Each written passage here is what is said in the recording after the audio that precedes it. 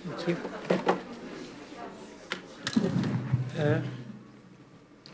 Welcome all of you. My name is Kornélia Hajtó, and I'm a silicate conservator. Today I would like to share with you the nearly 1,030-year history of the Museum of Applied Arts in Budapest. Following my presentation, architect János Manga will take the stage to show the planned future of the building. First, I would like to briefly introduce the building. The museum was founded in 1872, making it the third museum of applied arts in the world, after those in London and Vienna. However, in its early years, it did not have its own building. The Museum of Applied Arts building was constructed between 1893 and 1896, based on the design by Ödön Lechner and Gyula Pártos. The building is unique in more than one way. Ödön Lechner sought to create an original Hungarian style in architecture. He aimed to discover Hungary's ancient decorative traditions to break away from the influences of other nations. In this image, you can see the floor plan of the museum. Its three street-facing facades enclose the main exhibition hall, which is located in the center.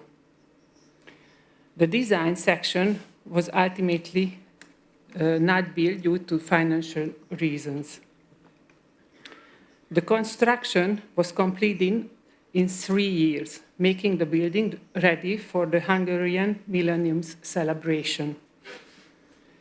Franz Joseph, Austrian Emperor and the King of Hungary, opened the building on the 25th of October in 1896 as the closing event of the Millennium celebrations. Ödön Lechner was looking for an original Hungarian style in architecture. He tried to find the Hungarian ancient decorative expressions. That's why the building's appearance is so different to another buildings from the same age. The other unique thing that Lechner covered the whole building with ceramics, from below to top, made by the famous Zsolnai factory of Pécs. Let's take a look at these elements one by one. The lantern is a structure located at the top of the large dome, which is 11 meters tall its own. The roof elements, including the roof tiles, ridge tiles, and other decorative elements, also made by Zsolnai. The sculptures, 4 sculptures are placed around the large dome, each representing different applied arts crafts. The Attica elements, the cornice is decorated with variety of Attica elements. The window frames also with ceramics. The window frames are made of glazed or unglazed ceramics. Glazed and unglazed pyrogranite facade elements. These ceramic cladding elements cover all the 3 street-facing facades, displaying a variety of patterns. And finally, the entrance hall of the building. The ceiling, the walls, and also the railings are made by ceramic too. The central exhibition hall is covered with a steel-framed glass roof. An external terrace was constructed around the glass roof. The glass roof provided light for the exhibition hall and the 2-story gallery surrounding it. The hall's unique feature is its Orientalist style, though which Lechner thought to reflect the style of Hungary's eastern ancient homeland. The hall was also unique because the glass of the roof and the terrazzo flooring were adorned with decorative Hungarian floral motifs. The surrounding galleries were also suitable for hosting exhibitions. The museum's interior and exterior both radiate a truly unique and expansional charm. The 20th century's history, unfortunately, did not spare this magnificent building. Just 18 years after opening, during World War I, it was repurposed as a military hospital to care for injured soldiers. Furthermore, in the main exhibition hall, women's associations showed endeavor for the military industry. In 1916, Romania declared war on the Austro-Hungarian Empire. Romanian forces entered Transylvania, causing a large number of Hungarian families to escape to Hungary, to Budapest.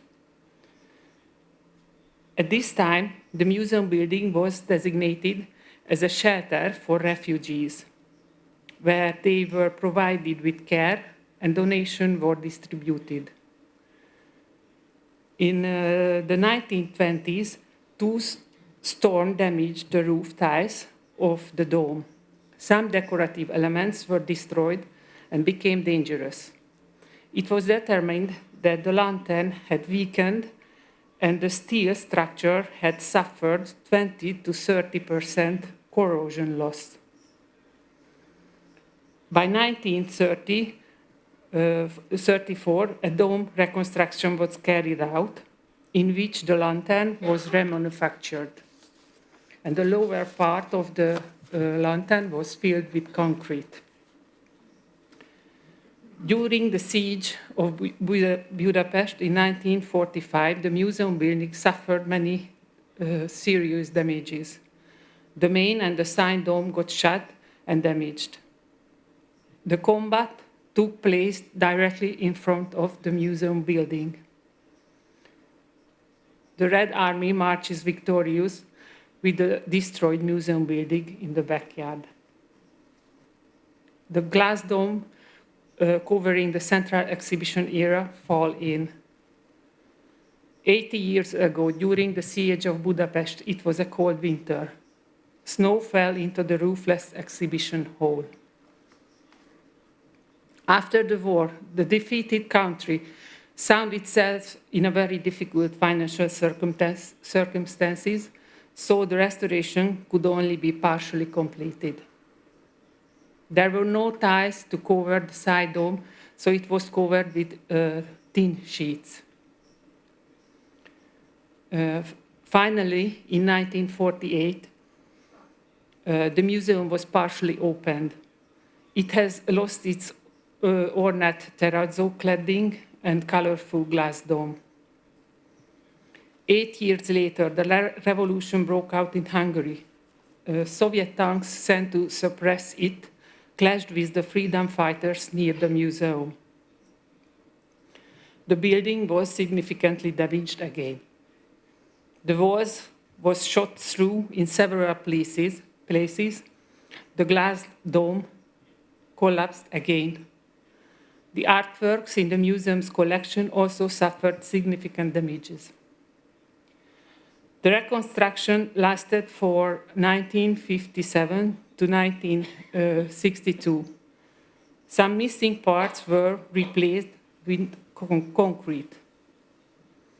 The roof was completely retiled, and the lantern was entirely filled with concrete. The damaged elements of the facade, ceramic cladding, were replaced with new manufactured pieces. Nowadays, these replacements are at varying extents of darkening due to urban pollution. Of course, the glass hall was reglassed again. The museum reopened to the public in the mid-1960s. Politically correct exhibitions were organized.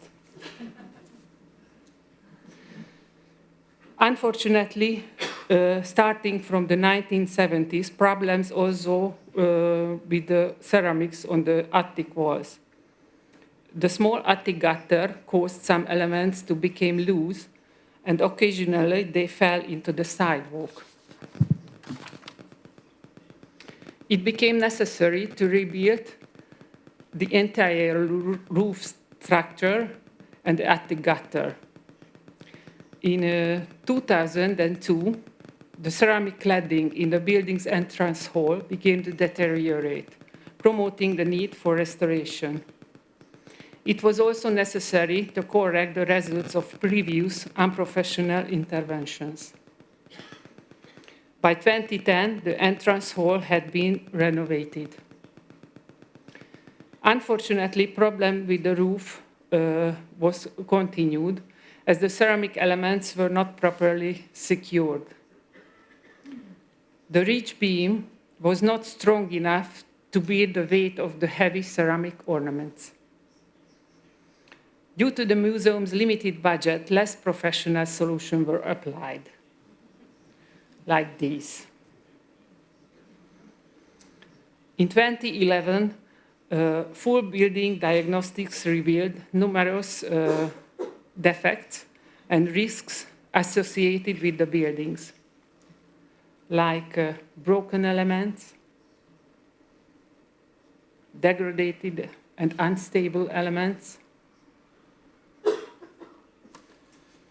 damaged and extremely dirty surfaces, and a lot of graffiti polluted the facades.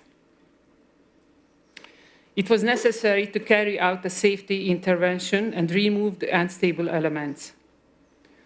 The removed ridge tiles were placed in the museum's attic. To protect the pedestrians, a wooden roof was constructed over the sidewalk. The lantern cracked due to the concrete filled inside it, raising concerns that it might collapse. That's why the structure was cut into pieces and removed. The taken part lantern was placed in the museum's courtyard. An architectural design competition was announced for the expansion and full renovation of the museum's building. The competition was won by Vikár and Lukács Architecture Studio, led by András Vikár and István Lukács.